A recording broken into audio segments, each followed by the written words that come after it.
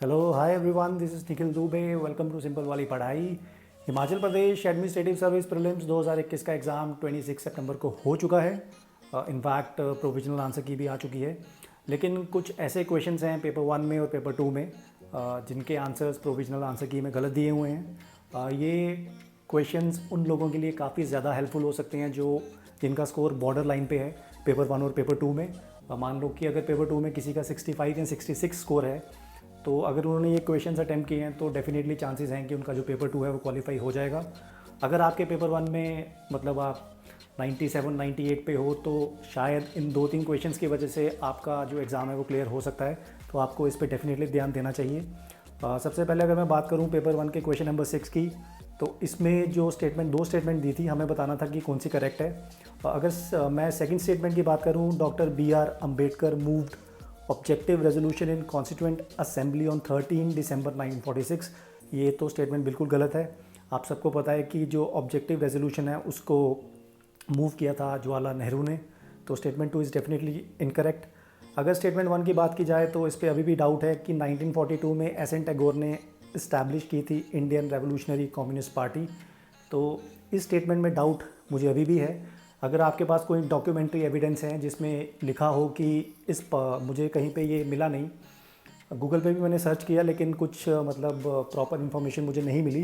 In fact books में भी मैंने सर्च किया, मुझे नहीं मिला। अगर आपके पास कोई सोर्स है तो आप इस क्वेश्चन को चैलेंज कर सकते हो, लेकिन मुझे नहीं लगता कि ये 1942 में इस्टेब्लिश की गई थी इंडियन रेवोल्यूशनरी कम्युनिस्ट पार्टी।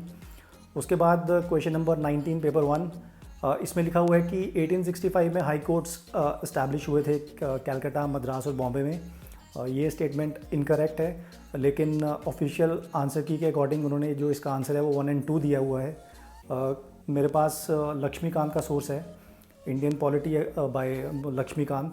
उसमें मतलब साफ साफ लिखा हुआ है कि जो इंस्टीट्यूशंस हैं हाई कोर्ट के वो ओरिजिनेटेड हुए थे इंडिया में 1862 में, जब हाई कोर्ट सेटअप हुए थे कलकत्ता, बॉम्बे और मद्रास में। तो मेरे हिसाब से जो स्टेटमेंट 1 है वो इनकरेक्ट है। तो अगर स्टेटमेंट 1 इनकरेक्ट है तो इसका जो सही आंसर है वो आई थिंक डी होना चाहिए, 2 और 3। तो इस क्वेश्चन पे मुझे डाउट है, लेकिन इसका डॉक्यूमेंट्री एविडेंस है तो इसके काफ़ी ज़्यादा चांसेस हैं कि ये क्वेश्चन सही हो सकता है। उसके बाद क्वेश्चन नंबर 92, इस पे भी मुझे डाउट है। इसमें एक स्टेटमेंट है बी कि water transport in plants occur across xylem. तो ये स्टेटमेंट करेक्ट है। उनके अकॉर्डिंग जो आंसर है आई थिंक वो सी है, या फिर ये हो सकता है कि इस क्वेश्चन में more than 1 is correct answer. तो बी स्टेटमेंट तो बिल्कुल सही है, इसको तो आप गलत नहीं कर सकते। मेरे पास इसका सोर्स भी है NCERT 7th क्लास चैप्टर 11। आप देख सकते हो कि इसमें साफ साफ लिखा हुआ है कि the xylem forms a continuous network of channels that connects roots to the leaves through the stem and branches and thus transports water to the entire plant। मतलब जो जाइलम का रोल होता है वो ट्रांसपोर्ट करना होता है water to the entire plant. तो इसका जो बी स्टेटमेंट है वो करेक्ट होना चाहिए, या फिर एक से ज़्यादा स्टेटमेंट करेक्ट हो सकती है। तो इस क्वेश्चन पे भी मुझे डाउट है। अब हम बात करते हैं पेपर 2 की। पेपर 2 की अगर मैं बात करूँ तो क्वेश्चन नंबर 27, राकेश यादव वाला। मेरे हिसाब से तो इसका आंसर आई थिंक बी होना चाहिए कि कैंडिडेट सेलेक्ट नहीं होगा। और उन्होंने आंसर दिया है कि कैंडिडेट को जो 27, उनके अकॉर्डिंग जो आंसर है वो डी है कि कैंडिडेट प्रोविजनली एडमिट कर लिया जाएगा, क्योंकि एज़ पर कंडीशंस वहाँ पे कभी कहीं पे भी ये नहीं लिखा है कि जिस कैंडिडेट की डेट ऑफ बर्थ मेंशन नहीं, ईयर ऑफ बर्थ मेंशन नहीं है, तो उसको जो है वो मतलब प्रोविजनली एडमिट कर लिया जाएगा। तो 27 पे मुझे डाउट है, तो मेरे हिसाब से इसका आंसर बी होना चाहिए। उसके बाद क्वेश्चन नंबर 66 इंग्लिश का क्वेश्चन है ये। इसका जो आंसर होना चाहिए वो बी होना चाहिए, have the air crew have not come yet. ये लगता सिंगुलर है लेकिन ये एक्चुअल में प्लूरल है, क्योंकि एयर क्रू में एक स्टाफ नहीं होता है, इसमें मोर देन 1 स्टाफ होता है। इसमें एयर होस्टेस होता है, उसके बाद पायलट भी होता है, एयर स्टाफ वगैरह। तो मेरे हिसाब से तो इसका आंसर हैव होना चाहिए, लेकिन इसका कुछ प्रॉपर डॉक्यूमेंट्री एविडेंस मेरे पास नहीं है, तो इसको चैलेंज करना थोड़ा सा मुश्किल हो जाएगा। उसके बाद क्वेश्चन नंबर 84, ये तो आई थिंक इसका आंसर 9% है और मैंने इसको नीचे सॉल्व भी किया है।